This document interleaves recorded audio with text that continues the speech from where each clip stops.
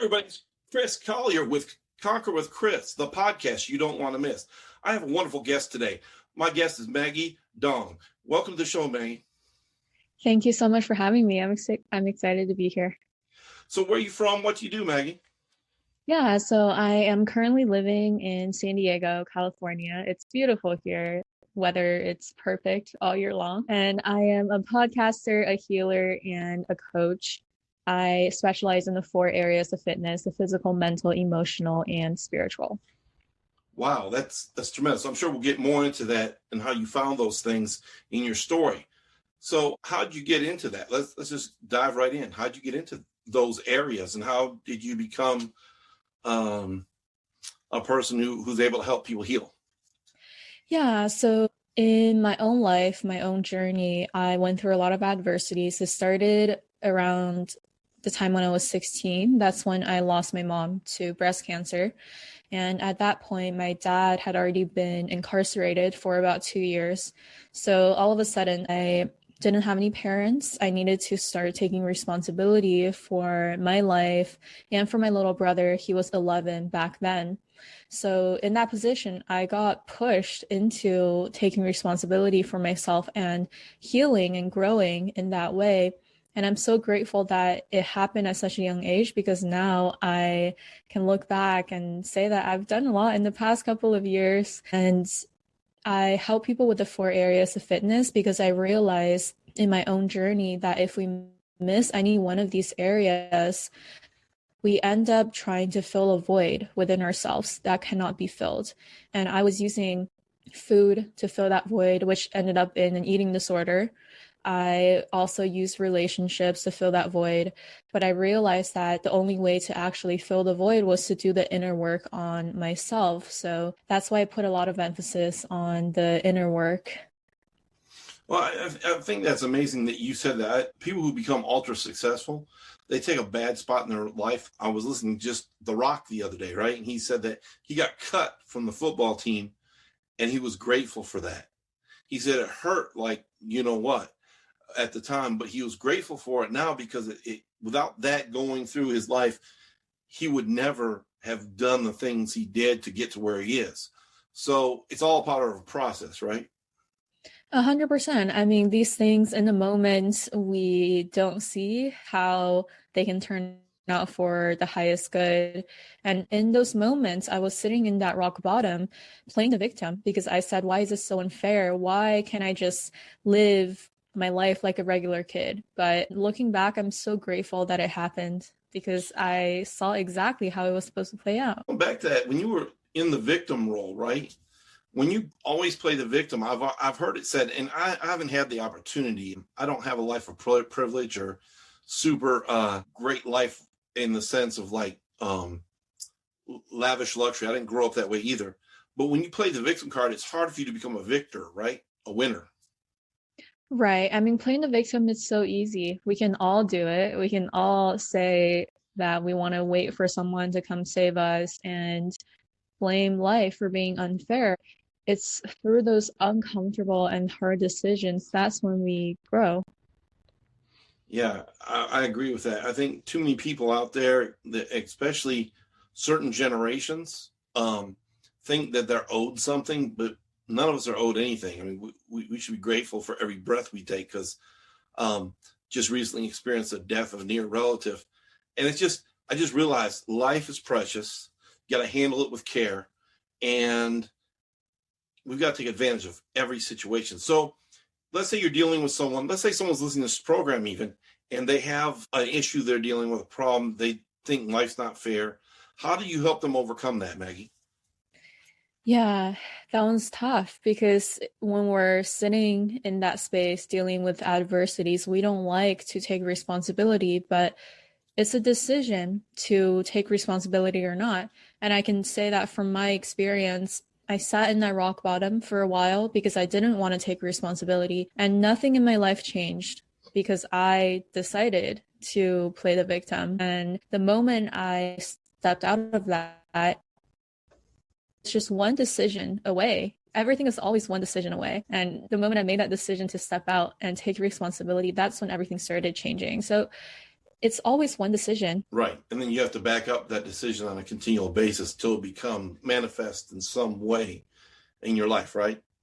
100%. It takes consistency, of course. It's not you do it for one day and you see the results that you want, which is why I call these things fitness. So people have heard of, physical and mental fitness, but emotional and spiritual fitness, people haven't heard of it, talked about that often. But I call these things fitness because it implies that it's an ongoing journey. It's an ongoing process. It's not you do it once and you're done. You have to do it over and over again until it becomes a habit and becomes your lifestyle. I agree with that because if you use the analogy to like physical fitness, right? And when you get older, a little bit older, you'll see this, Maggie, play out even is more pronounced. It's less pronounced when you're younger, but as you get older, the days you miss workouts, right? Your body has an effect on your body. You gain more weight more quickly. You slow down. You don't have the steps that you used to have. You don't have the energy you used to have. So same way spiritually, mentally, emotionally, financially, you got to get in shape financially too. So I understand the fitness comparison. It makes perfect sense to me. So what are some of the things that someone can do to start making, I know you said make a decision, but what are some of the other things people can do on their way to making that decision? Maybe they're not ready to make the decision, but they just need some encouragement, some help in the way to the decision. Yeah, I would say getting support from other people is definitely an important one because at the beginning, when all of this happened, I told myself that I didn't need help. I was pushing away everyone who tried to help me because I didn't want to seem like I was weak and I couldn't figure it out. But by allowing that help from other people and opening ourselves up in that way, it allows even more to flow in. And the way that I think about receiving help now is that if you're feeling uncomfortable about receiving, just think about yourself on the giving end of it. When you're giving help, when you're offering something to someone, you feel very happy about doing that. So when you give someone else an opportunity to give to you, it brings them joy as well. So if you're just kind of shutting that out, blocking all that away, it takes away their joy of helping. Wow, that's amazing. I also think there's two other parts to it too. If you're a cup, for example, and you're not full, there's no way you can help anyone else.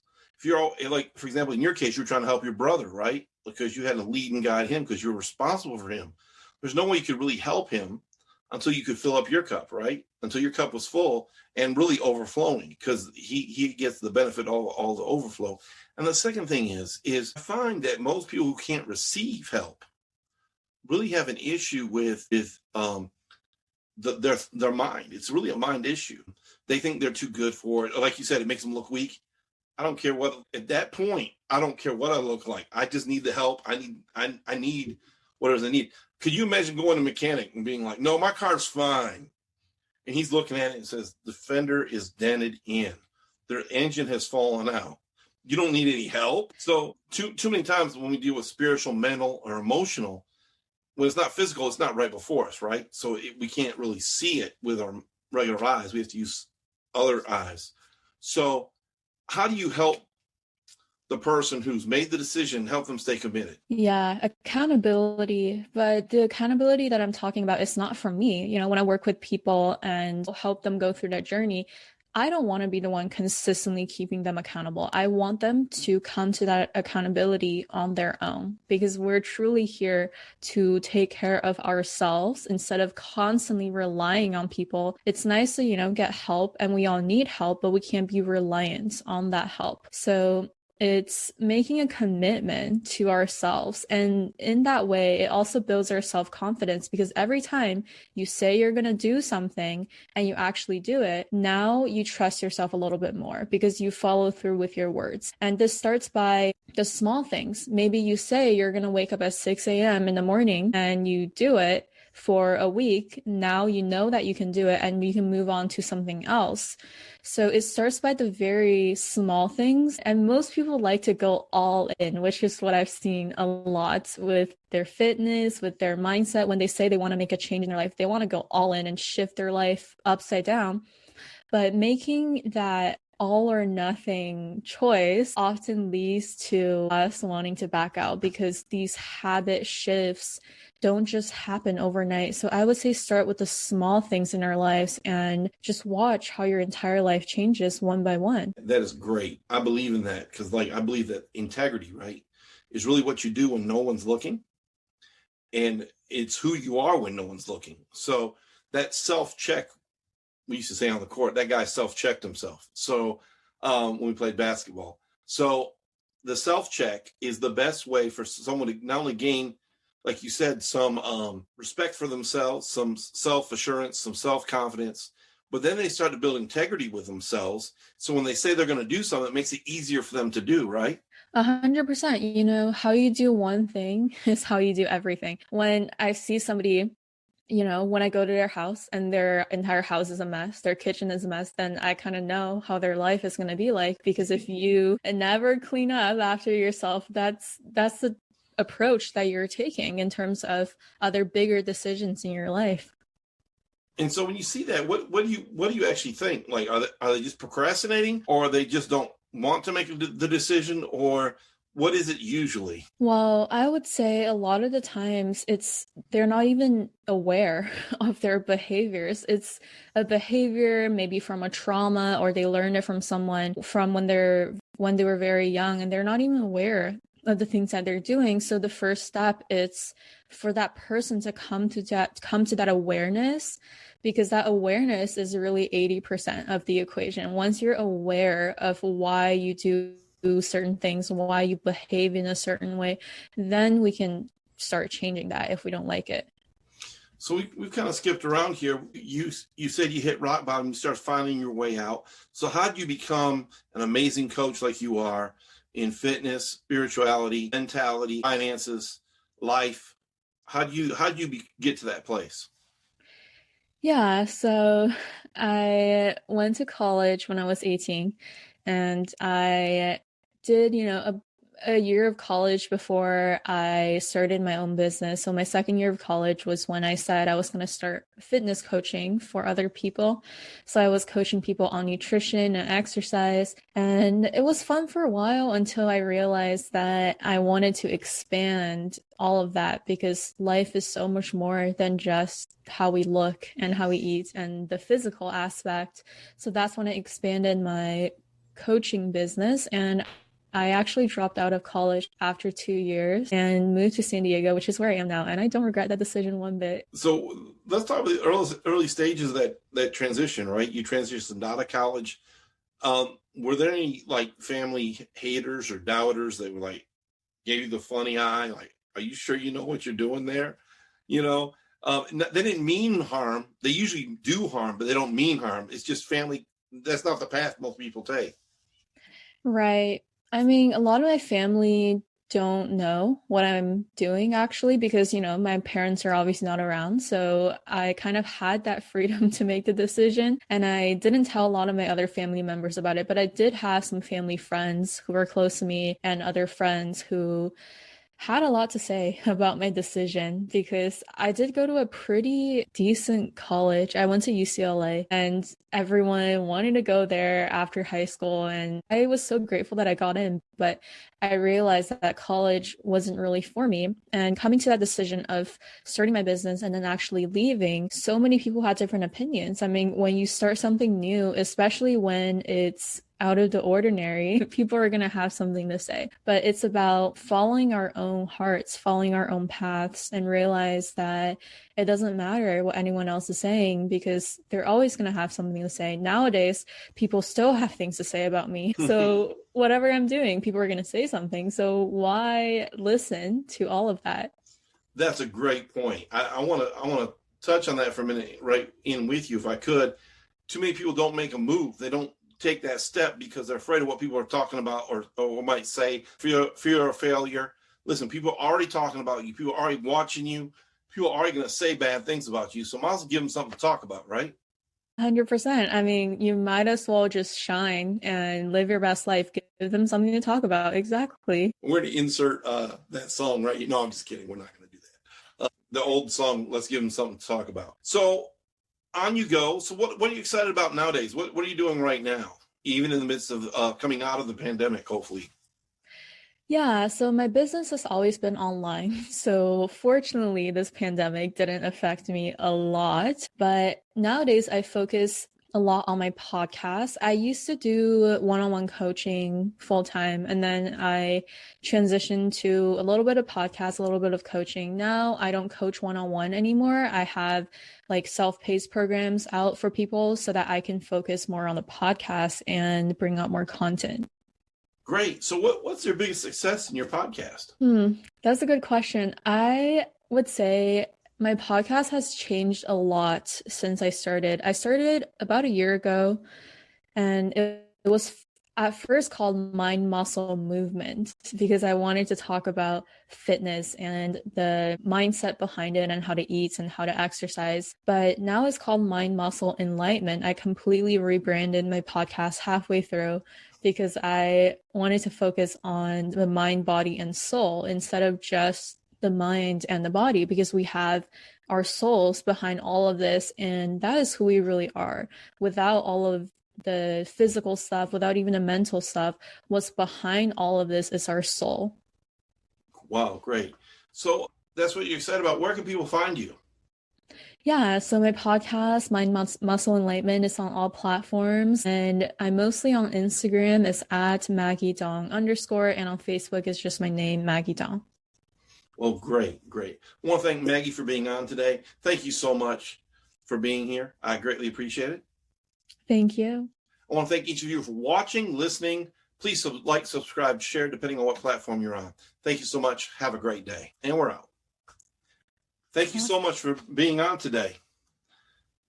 Thank you. You read the letter, the email, right? So you know what's coming next, right? No. Oh, great. You don't know this. I love it when people don't read it. So watch this. I need to say here.